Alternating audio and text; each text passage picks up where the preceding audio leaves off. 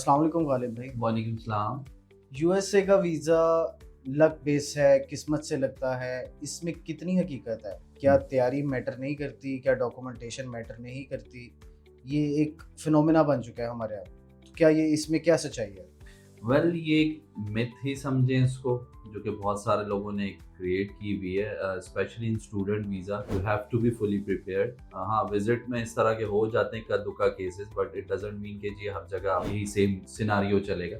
इन student visa particularly हम अपने students को जो है वो एडवाइस करते हैं कि they should be fully prepared for that one. There are certain question जो कि वो लाजमी पूछते हैं कि why you choose this particular university, so you have to be fully prepared. आपकी बहुत प्रॉपर उस पर वर्किंग होनी चाहिए, अपना अपना होमवर्क करें कि यही यूनिवर्सिटी आपने क्यों सेलेक्ट की। ये बहुत बेसिक क्वेश्चन है और हम इन चीज़ों को इग्नोर कर देते हैं। फैकल्टी कौन है, आपको कौन कौन से फैकल्टी मेंबर पढ़ाएंगे, उनकी थोड़े सा बैकग्राउंड देख लीजिएगा। आपने यही यूनिवर्सिटी क्यों चुनी, ठीक है, ये पर्टिकुलर लोकेशन सेलेक्ट करने की क्या मेन रीज़न थी। So keep these thing in mind कि आपको जो है फुली प्रिपेयर होना चाहिए। मैं आपको सिंपल से एग्जांपल दे दूं।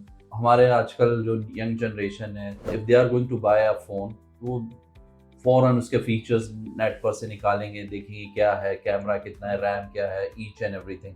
लाख का होगा, 5 लाख का मैक्सिमम, जो न्यू आईफोन 7 लाख के करीब तक आपको मिल जाएगा।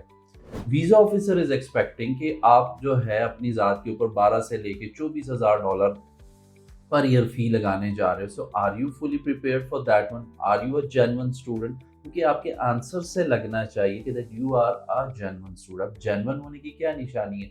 जब आप उसको प्रॉपरली थॉरली स्टडी करो फ्रॉम बैकग्राउंड के व्हेन इट वाज एस्टैब्लिश से लेके टिल डेट तक कि क्या उसके रहे हैं, ईच एंड एवरीथिंग जब आप उसको अच्छे तरीके से आपने गो थ्रू किया होगा।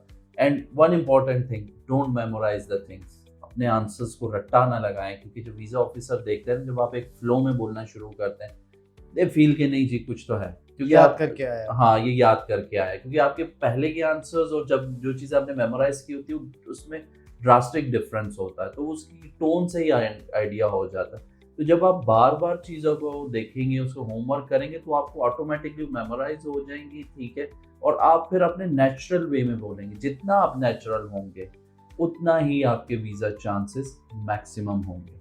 दैट मीन्स कि आपको जेन्युइन इन्फॉर्मेशंस के साथ प्रिपेयर डेफिनेटली होना चाहिए उसके लिए। ऐसे ही है। अच्छा, आपने अब हमें बता तो दिया है कि फुल प्रिपरेशन के साथ जाना चाहिए, तो कोई फाइनल कोई टिप्स हमें बता दें स्टूडेंट्स के लिए, जो उनके लिए थोड़ी सी हेल्पफुल हो जाएं, जिसके ऊपर वो वर्किंग करके तो फाइनली कोई अच्छी तैयारी के साथ अपेयर हो सकें। वैसे देखिए 3-4 बेसिक चीज़ें हैं, it's not an hard and fast rule, but ये हम अपने एक्सपीरियंस के बेस पे बता रहे हैं कि जो हमारे बच्चे पे, क्योंकि यूएस एम्बेसी के जो इंटरव्यू का प्रोसेस है it's quite nervous. Reason is कि आप एक लंबी क्यू में लगे होते हैं। पहले आप जाते हैं डिप्लोमेटिक इनक्लेव, वहाँ से जाना, और वहाँ एक लंबी कतार लगी होती है, एंड यू सी पीपल के जी कोई हंस के निकल रहा है, कोई जो है ना उदास होके निकल रहा है। सो ये जो चीज़ें हैं ना, ये आपको और नर्वस कर देती हैं।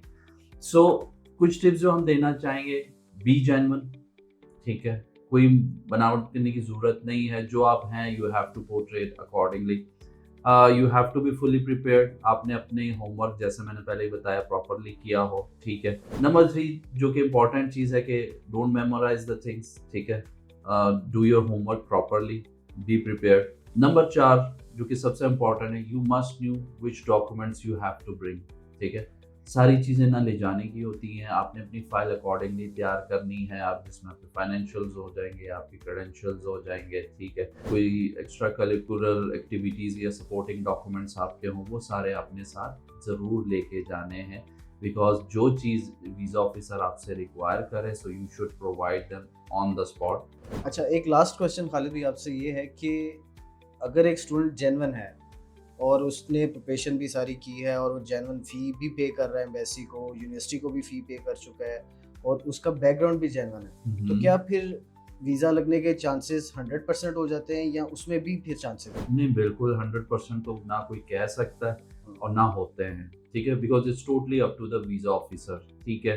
ही हैज़ टू परसीव। अगर उसको लगा कि आप जेन्युइन हो, then he will grant you the visa. अगर उसको नहीं, बेशक आप जेन्युइन हो, but he doesn't feel that, या आपने उसको प्रॉपरली अपना मैसेज कन्वे नहीं किया, so he has the that right to means कि आपका जेन्युइन होना ही नहीं, जेन्युइन लगना भी ज़रूरी है। जरूरी है। ये बहुत इंपॉर्टेंट पॉइंट है कि आप हैं genuine student, but you have to convince them through your communication skills, through your body language, और आपने जो अपना अटायर है, इस तीनों चीज़ों पर बहुत ज़्यादा फोकस करना है, ये उसके अकॉर्डिंग है। और इफ़ समवन गॉट रिफ्यूज़ल, कोई परेशान होने की ज़रूरत नहीं है, एक और अटेम्प्ट कर लें। Our students even got their visa on 4th attempt as well, ये हो जाता है। ठीक है, थैंक यू खालिद भाई।